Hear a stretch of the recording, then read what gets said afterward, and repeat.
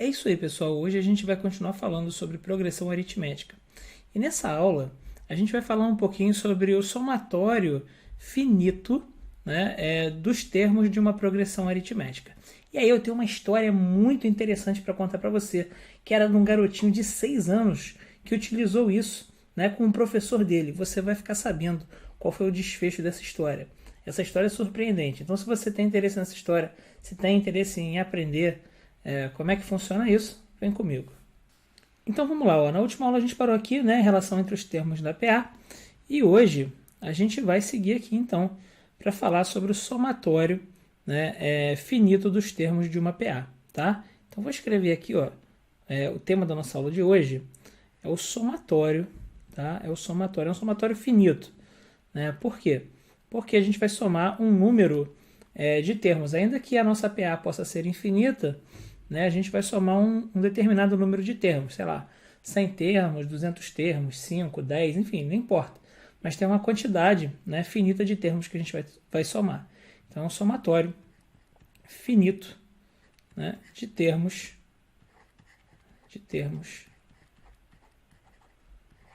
de uma PA, tá? PA aqui está no lugar de progressão aritmética, lembra que eu já falei para vocês, para eu não ter que escrever aqui PA sempre, tá? E eu não sou o único professor preguiçoso que faz isso. Na verdade, todo mundo, né, que trabalha com matemática acaba tratando isso aí por PA. E até nos livros você vai encontrar como PA, tá bom? Mas lembra que é progressão aritmética. Então vamos lá, olha só. A história é mais ou menos assim. Tinha um professor. Esse professor ele estava muito nervoso com a turma, era uma turma de crianças, né? E essas crianças tinham mais ou menos 7, 8 anos, por aí assim, talvez um pouco menos, mas elas já sabiam somar, né? O professor, muito nervoso com as crianças, ele pensou o seguinte, né? Assim, eles mal sabem fazer as 4 operações, né, direito e tal, e eu vou dar um castigo para eles vão demorar muito tempo fazendo, né, esse castigo. E o professor queria silêncio, né? E então ele colocou as crianças para fazer um castigo. Castigo é sempre uma coisa meio estúpida, né? Então, assim, nesse sentido ele era bastante estúpido e ele queria que os alunos fizessem a seguinte conta, né? Ele queria que os alunos somassem 1, mais 2, mais 3, mais 4, mais 5 e assim por diante, tá? Até, né, que depois de somar muitos termos, eles iam chegar lá no finalzinho em 96, mais 97, mais 98, mais 99 e mais 100. Tá? Então eles iam somar do 1 até o 100, mas todos os números, de 1 até 100. Né? 1, mais 2, mais 3, mais 4, mais 5, mais 6, mais 7, mais 8, mais 9, mais 10. No começo você vai somando, né? Mas quando vai chegando lá pelo 20, pelo 30, os números começam a ficar grandes e é muito provável que uma criança erre. Né? O professor reparou que uma das crianças ela não estava muito afim de fazer a conta e muito menos de copiar o trabalho no quadro, né? O trabalho era esse. Mas a criança ficava pensando e o professor, muito bravo com aquilo, encocado, falou assim: o que você está fazendo? Né? Por que você não faz a atividade? E a criança respondeu: eu estou fazendo, estou pensando. Né? E no final das contas, a criança deu o resultado para o professor. Né? Enquanto os colegas ainda estavam lá pelos termos 15, 16, 17 ainda somando, ele já tinha somado tudo. E para curiosidade do professor, né, e para espanto do professor, o professor pediu para que o aluno desse a ele um papel, né, com o resultado que ele achou, e quando o professor olhou, o resultado estava correto. O professor sabia o resultado, e quando o professor olhou, o resultado estava correto. Só que no papel só tinha o resultado. E aí o professor perguntou: mas como é que você fez isso, né? E o garoto pensou da seguinte maneira, né? Olha só, veja bem, eu tenho o termo 1 aqui, depois eu tenho 2. Ele pensou isso aqui, ele não sabia exatamente o que era uma sequência, mas ele pensou isso aqui como uma sequência, né? Imagina o número 1, depois o número 2, uma sequência. A1, A2, A3, A4, A5, assim por diante. Que nesse caso o A1 é 1, A2 é 2, A3 é 3, né? Então essa sequência é AN igual a N, né? E ele pensou assim: olha, o próximo termo, ele ganha uma unidade, né? O primeiro é 1, o segundo é 2, ganha uma. O terceiro é 3, ganha uma. Então, repara, o que vai acontecendo, né? A cada unidade aqui, ó, cada unidade, o próximo ganha 1, né? Esse é 1, então esse aqui é 2, ganhou uma unidade. Esse aqui é 3, ganhou uma unidade do anterior. Esse aqui é 4, ganhou uma unidade do anterior. Esse aqui é 5, ganhou uma unidade do anterior. Isso vai acontecendo até o final, né? Sempre o termo anterior é sempre um a menos do que o próximo termo, né? E aí ele pensou o seguinte, bom, se eu invertesse esses números, escrevesse esses números assim, ó, 100 mais 99 mais 98 mais 97 mais 96 e fizesse isso toda a vida, no final das contas, né, eu teria casando aqui 5 mais 4 mais 3 mais 2 e mais 1. Quando eu somar isso tudo, aí veja bem, ó, vamos fazer um somatório geralzão aqui, ó. Vou fazer um somatório geralzão aqui, tá? Então, quando eu somar isso tudo aqui, olha só o que vai acontecer, né? Aí o aluno respondeu para o professor assim, olha, da mesma maneira que os termos de cima sempre ganhavam 1, os de baixo sempre perdem 1, né? Esse é 100. Esse aqui é 99, ou seja, tem 1 a menos do que o anterior. Esse é 98, tem 1 a menos do que o anterior. Esse é 97, tem 1 a menos que o anterior. E assim por diante. Quando eu somo esse 1 mais 100, isso vai dar quanto? Vai dar 101. O próximo também vai dar 101, por quê? Ao passo que esse 2 aqui ganhou 1, esse 99 perdeu 1. Então é como se fosse a soma anterior, né? Só que em cima ganhou 1 e embaixo perdeu 1. Então, como em cima ganha 1 e embaixo perde 1, o resultado continua dando o mesmo, né? Porque somar 1 e diminuir 1, no final das contas se mantém a soma, então também vai dar 101. Isso vai acontecer em todos os termos, né? Se você fizer a continha, você vai ver que em todos os termos você vai ter 101, né? Então você vai somando e sempre vai dando 101, né? E aqui, ó, você vai somar tudo. Aqui vai dar 101. Essa história, né, a primeira vez que eu vi, eu fiquei maravilhado. Eu era criança, eu vi num jornalzinho que vinha, né, tipo o Globinho, né, só que era da minha cidade, chamava Tribuninha. Eu sou da cidade de Petrópolis, tem um jornal chamado Tribuna de Petrópolis. E tinha um jornal de criança, né, tipo o Globinho, eles chamavam de Tribuninha. E na Tribuninha veio essa história. Eu falei, caramba, fantástico, né? Então quer dizer que isso sempre funciona, né? Por quê? Porque sempre que for uma PA, eu também não conhecia isso aqui como PA, né? Mas sempre que isso for uma PA, veja bem, sempre que aqui ganha a mesma quantidade que aqui perde, isso vai funcionar, né? Então numa PA isso sempre acontece, né? Eu sempre vou somando o mesmo valor e se eu inverter eu sempre vou perdendo o mesmo valor, né?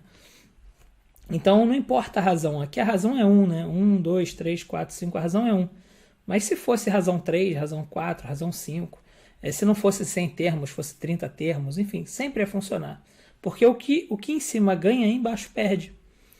E aí, o que o aluno percebeu? Ele percebeu que isso aqui ia se repetir quantas vezes? 100 vezes, né? Do 1 até o 100 vai se repetir 100 somas dessa. Só que, o que ele falou para o professor? Ó, eu pegaria 101 e multiplicaria por 100.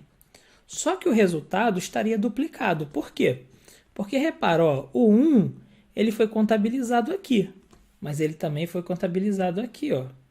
O 2 ele foi contabilizado aqui, mas ele também foi contabilizado aqui. Então cada número ele vai aparecer duas vezes, né? Até que aqui vai chegar 50 mais 51, 51 mais 50. Então todos eles vão aparecer duas vezes, né? E aí o aluno percebeu que ele tinha que fazer o quê? Que ele tinha que pegar o resultado final, que era isso aqui, e dividir por 2. Né? Então ele precisa pegar isso aqui e dividir por 2. Simples assim. Aí o aluno, né, tirou uma onda com o professor. Né? Ele falou, olha, se eu pegar 100 dividido por 2, isso dá 50. Então eu vou fazer 101 vezes 50, que é uma conta muito simples. Basta adicionar um zero no final, ficaria 1010 e multiplica por 5. Dando 5.050. Essa conta aqui eu fiz de cabeça. Né? E o resultado é exatamente esse. O professor, em vez dele achar o aluno genial, né, ele ficou bravo com o aluno. O professor conhecia esse método, mas ele ficou bravo com o aluno, castigou o aluno. Tem até um filme que fala sobre isso. Tá? Esse aluno ele ficou mega famoso depois, né, porque ele fez várias coisas importantes na matemática. Ele não ficou exatamente famoso por isso, mas ele fez grandes descobertas na matemática, na física, na química.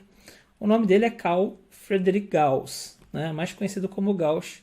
E ele foi o segundo maior matemático que trouxe inovações para o mundo da matemática, né? O que mais trouxe foi Euler, né? Mas Gauss foi o que teve o segundo a ter mais publicações na matemática. Publicações assim relevantes, né? Só que Gauss também ele se aventurou por outras áreas, né? Química, física, enfim, Gauss era um cara muito, muito completo. Bom, mas pensando no que Gauss fez, né? Ainda quanto criança, a gente pode tirar uma lição, né? Na verdade, o que ele fez? Ele pegou o primeiro termo, né? Somou com o último. E ele multiplica aqui, ó, pelo total de termos, né? Então, se tivesse 30 termos, ele multiplicaria por 30. E no final ele divide por 2. Por quê? Porque ao fazer isso aqui, ele está contabilizando 2 vezes. Então, na verdade, o que Gauss fez, né? Ele fez o seguinte, né? Ele disse que o somatório dos n primeiros termos, né? Então, no caso aqui dos 100 primeiros termos, seria o quê? O primeiro termo, o termo A1, mais o último termo, nesse caso aqui o A100, né? A100 não é carne não, tá? A100 aqui é o centésimo termo. Então, mais o termo AN, no caso aqui eu vou chamar de AN para fazer uma fórmula geral, né? Mas no caso aqui é o centésimo termo, A100, né? Vezes o número de termos, tá? Então, o número de termos, no caso aqui são 100 termos, então vezes N, que é o número de termos, dividido por 2, né? Para fazer esse ajuste aqui. Então, A1 mais AN vezes N sobre 2. E esse é o somatório dos N primeiros termos, né? Então, esse aqui, ó, é o somatório que a gente quer. Rômulo sempre vai funcionar, né, por essa ideia aqui. Então, se a gente pensasse, se você esquecer a fórmula, você pode fazer dessa maneira aqui, né? É uma maneira de fazer. Então, vamos pensar aqui esse aqui foi um exemplo, né, da ideia de Gauss, mas vamos pensar aqui num outro exemplo, né? Vamos fazer aqui um exemplozinho aqui, né? Então, vamos pensar qual é o somatório, por exemplo, dos 10 primeiros termos aqui, ó. 2, 5, 8, aliás, 10 não, vamos fazer 16 termos, tá? Então, ó, eu vou fazer isso aqui e vou até o A16, tá? Então, vou até o A16, que eu não sei qual é o termo. Eu quero saber o somatório de todos esses termos. Então, o que ele fez aqui? Ó? Ele pegou o primeiro e somou com o último, somou com A16.